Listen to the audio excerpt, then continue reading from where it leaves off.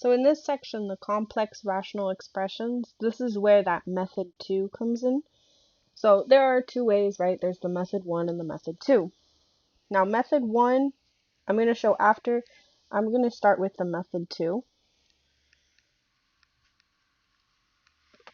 So that method 2 is multiplying everything by the least common denominator. So multiply everything by the LCD. What that does is it eliminates all the fractions and just leaves us with that final division. So if I were to do that, my least common denominator is really just x. So I multiply everything by x.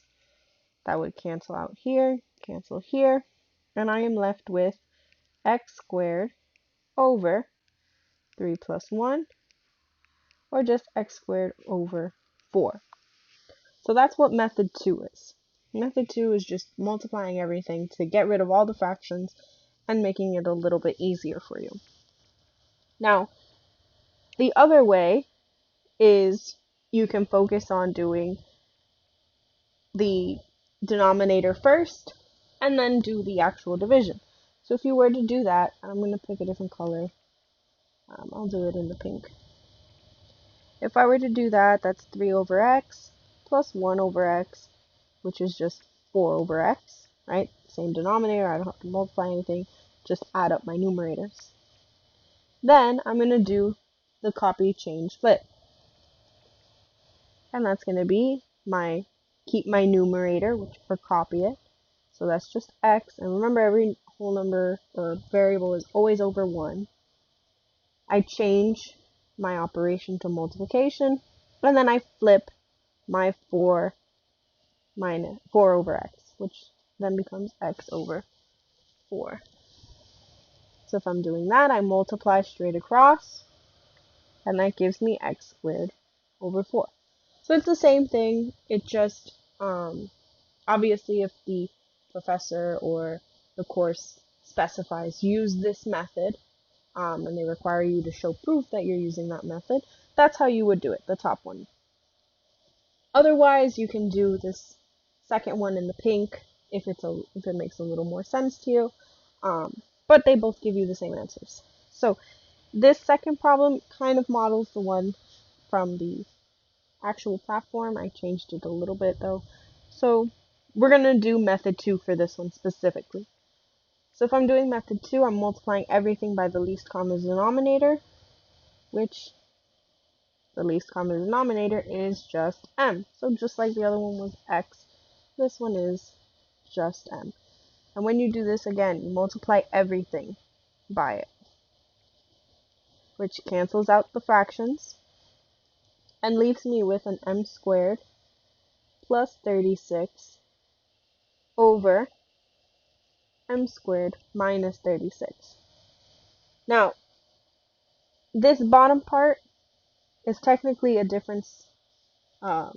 You could rewrite it as a difference of, so it would be m plus, and 36 is a perfect square, which would be 6, m minus 6. So usually when you see that format,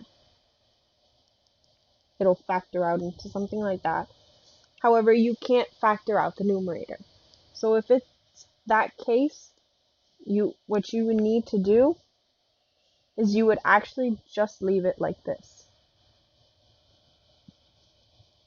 There's nothing else that can be factored out. You won't be able to eliminate it. If it does ask you to do that, you can go ahead and do the difference, but it's a difference of squares, and it's not going to be, nothing's going to cancel. Okay, so it depends on what the platform is asking for, but that's how you would do it using method 2. Multiply everything by the least common denominator, and then go ahead and, do the rest of your operations. Now for the domain. So for the domains of the rational expressions, it does not matter what is on the top. This whole thing does not matter. It is irrelevant for the domain. You only need to worry about the denominator, right? Because it's your domain. If it's looking for exclusions, Your exclusions are found when the denominator equals 0 because that number does not exist, right? So all you'd have to do is set the denominator equal to 0 and solve for x. So in this case, I just divide by 24. 0 divided by 24 is just going to be 0. So my domain would be all real numbers, and depending on the format, you can see it as, I think there's this way, where x does not equal 0. There's also using the union, which would be to negative infinity to 0, and then the union of 0 to infinity, or it could just be an x does not equal 0. So it could be either one depending on what the platform wants. You know, either one of those, but your answer is 0. Right? Your domain does not exist, your graph does not exist when the point is at 0. It's a hole. Okay? So now the second one. Again, does not matter what's up here. All I care about is this bottom part. 2x cubed minus 24x squared plus 64. Now I'm going to make my life easier, right? Because all three of these have the x term, and they can actually also all be divided by 2. So I'm going to factor out a 2x. That's going to leave me with an x squared minus 12x plus 32. Okay, now that just makes things a little easier because then I can either use the shortcut or I can do the long way, whatever I feel most comfortable with. So I'm going to do 2x. I'm going to do the shortcut, right? And if I have 32, the best one to use is going to be a 8 times 4, right? Because I bring down my negative, negative and a positive is negative, so they're both going to be combined to equal 12, which is going to be a plus 4. So it doesn't matter which order I put it in, but these are my three, right? So now to find the domain for this one, I have to set all of these factors equal to 0.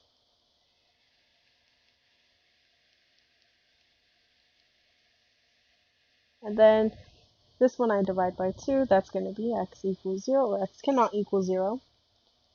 Add 8, x cannot equal 8. And add 4, x cannot equal 4. So if I were to have a question that said, are any of these numbers possible for my domain?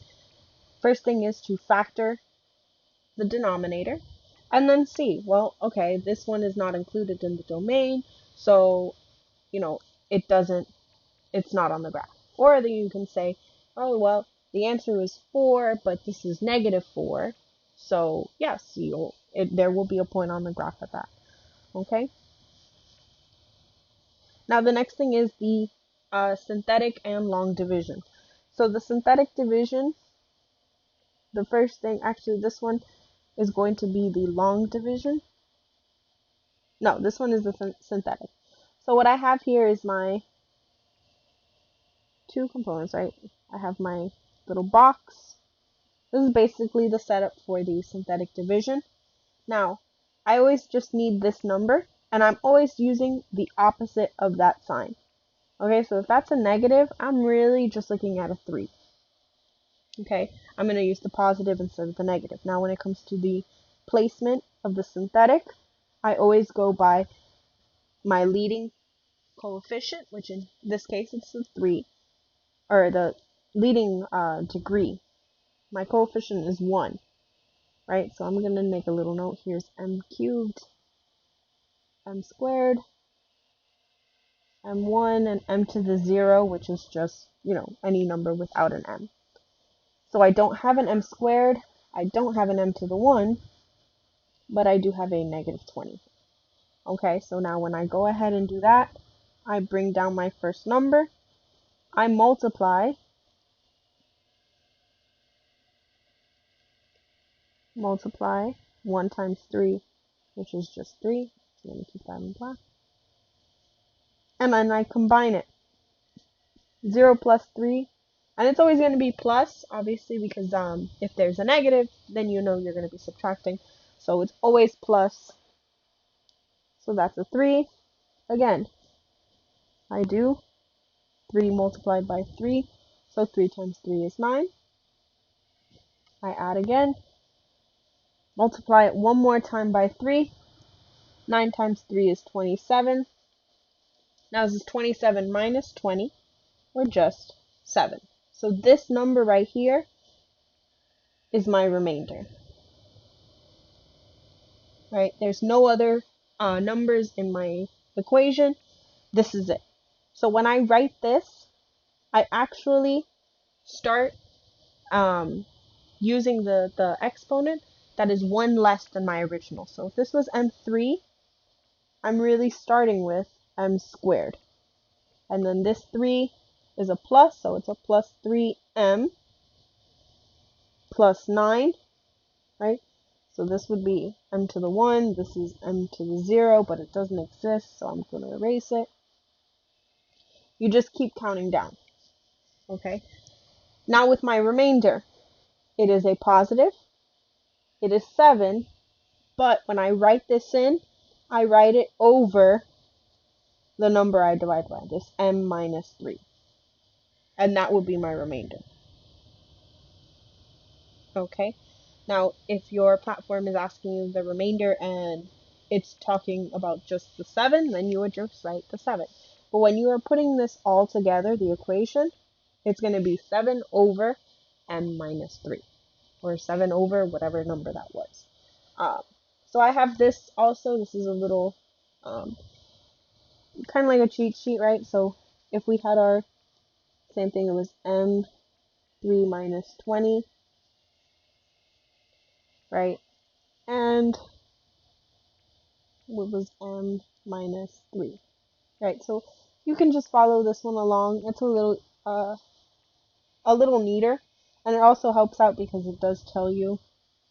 So I'm going to put my divisor here, right? The coefficient of this term was 1, 0, 0, negative 20, right? And then it just makes things a little bit easier. So I bring this one down. In this case, it starts you at your 4th term, but we didn't have a 4th term. So I'm moving it over 1. So again, 1 times 3, 3, 9, 27. And it's the same thing, it's just a little bit neater. I use this, it makes things a little bit simpler. I don't really need all the explanation, but I like to have a more neater chart because sometimes my lines get a little messy. Now with the long division. So the long division is one that I wish I had a cheat sheet for. It is a little bit messy, okay? Now, the first things first is we have it backwards, right? We see that it starts with the number that has no variable. It starts with the constant, and it actually ends with the highest degree. So, and the same thing with the other part, is 7 plus 9k. But I don't want to do it that way. I want to rearrange it. Now, the only thing when it comes to rearranging is remembering where your plus and minuses are, right? So this is 9k plus 7. Both of these were positive, so it doesn't really matter about the order. Now this part, I'm going to move my 9k. It is positive, so 9k cubed. My 83k squared is negative, so I do need that negative sign there.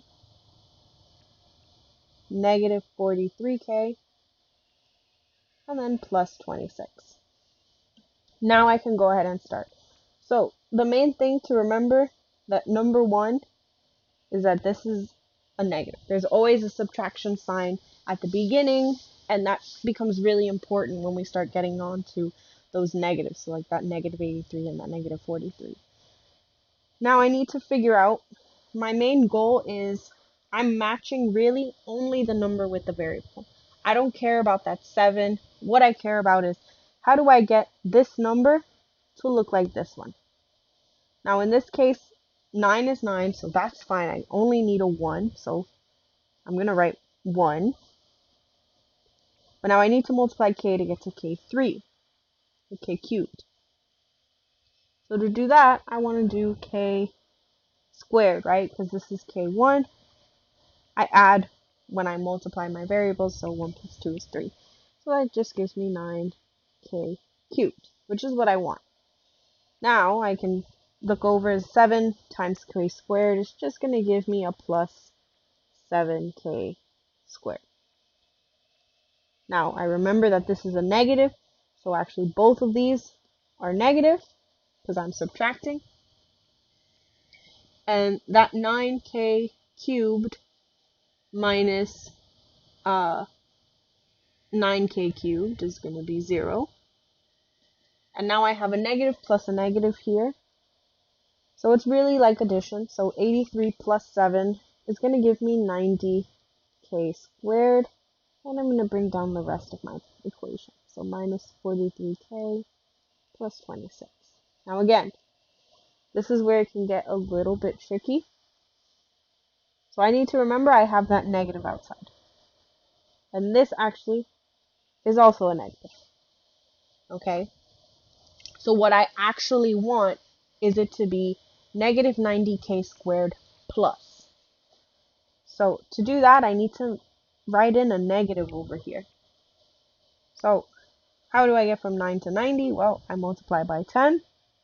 And to get that k from k to the first to k to the second, I need another k. So now I do 9 times 10 is 90k squared. And it's actually going to be negative. And then minus 70k, right? So this is again where it comes in. I need to pay attention to that negative and negative. Why? Because now I'm going to change colors. I have a negative times a negative, positive. Negative times a negative, positive. So now negative 90 plus 90 is 0. Put a 0 there. Now 70 minus 43 is actually going to be a plus 27k plus 26.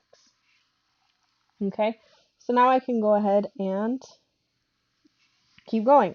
Luckily, there's no more negatives, so I can just put another plus here. It doesn't matter because I know that this line is going to be negative. And then 9 times what to give me 27 is 9 times 3. I don't need to do another k because now I'm in the k to the 1, which is the same. So that's going to give me 27k, and 7 times 3 is 21. But again, it's going to be a negative. So 27 minus 27, 0. 26 minus 21 is 5. So I have a remainder of 5. And it's the same rules when I write this out. I go down, or actually in this case I don't have to write it because there are still variables there.